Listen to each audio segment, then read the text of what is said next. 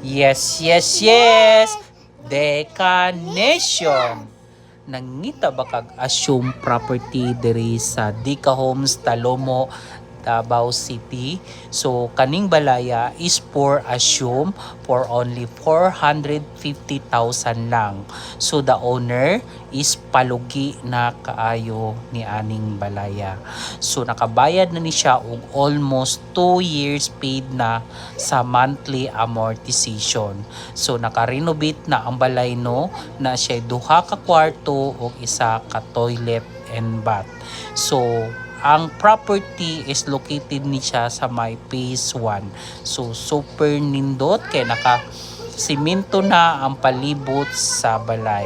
If you are interested sa mag-assume ni ani, direct message na sa MUA para kami ang mag-facilitate sa mga documents of assumption ni aning balaya. Igo na lang ka mo pirma.